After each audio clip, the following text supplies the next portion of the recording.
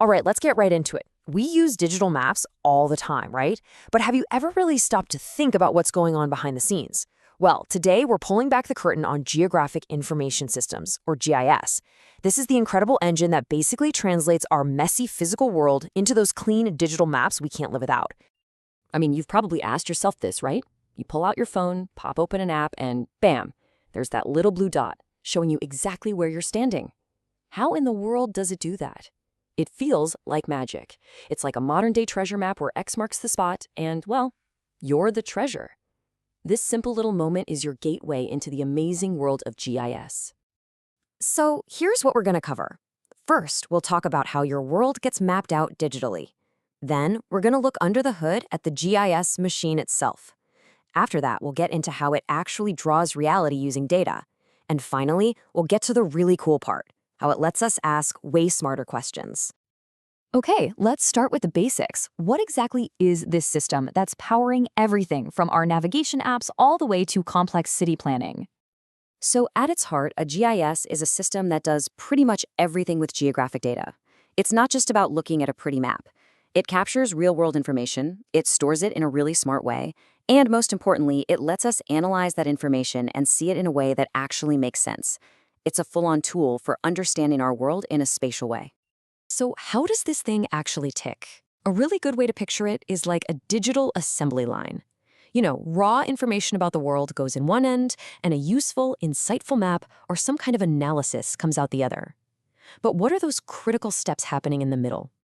It all really boils down to these 4 fundamental steps. Every single GIS, I don't care how simple or how complex, follows this exact process. You get the data in, you store it, you mess with it and analyze it, and then you get it back out. This is the basic blueprint for turning geographic data into real answers. Now let's just break that down a little. The input, that comes from all over the place. We're talking old paper maps, satellite photos, survey data. Then that data gets neatly organized into a database so it's easy to find. Next comes the analysis, and this is truly the heart of GIS. This is where it just blows any simple map-making tool out of the water. And finally, the output is that map or report that you actually see on your screen. Okay, this is where it gets really cool. How do you teach a computer to draw the world? I mean, it can't understand a river or a building the way you and I do. It needs a special kind of language, a way to take our messy, complicated reality and turn it into a structured, digital format it can actually work with. And one of the most common languages it uses is something called the vector data model. This is just a brilliant way to represent features. Instead of a picture, it uses simple geometry. We're talking points, lines, and polygons to build a model of the world. Seriously, think of it as a global game of connect the dots. It all starts with the simplest thing imaginable, a point. A point doesn't have any dimensions, no length, no width, nothing. It is simply a location, a single set of coordinates. This is perfect for representing things like, a well, a single traffic signal, or a specific landmark. Anywhere the exact location is the most important thing. Okay, so you have points. Now, what happens when you connect a series of them together? You get our next feature, a line. And all of a sudden, we have one dimension, length. This is exactly how a GIS represents all the linear stuff in our world, things like roads, rivers, or streams. It's just a path from one coordinate to the next. And what happens when those connected lines loop all the way back around and close up? Boom, you get a polygon. Now we're talking 2 dimensions, area and perimeter. This is how we represent things that cover a space, like the boundary of a forest, a specific piece of property, or a lake. Points, lines, and polygons. These are the absolute building blocks of the digital world. Now, this brings us to a really, really important concept, scale. The way something gets represented completely depends on how zoomed in you are. So, on a map of a whole country, what we call a small-scale map, a huge city is just going to be a single dot, a point.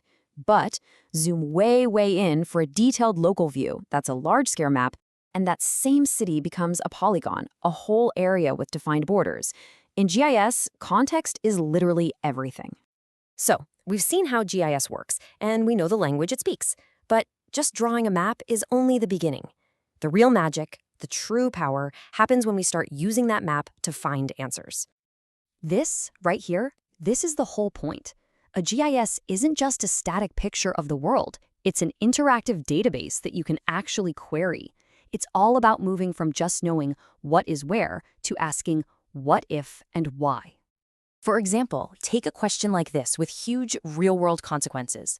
A GIS can take a layer of data showing property lines, those are our polygons, and overlay it with another layer showing the 100-year flood zone, another polygon. The system can then instantly tell you every single house that's at risk. Just think about how crucial that is for city planning, for insurance, for emergency response. Or what about a massive logistical puzzle like this one?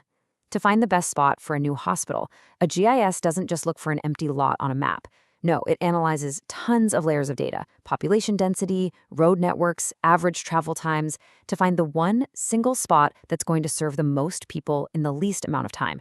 That is powerful stuff. And the questions can be about people and communities too. A school district could use GIS to put a point on a map for every single student's home.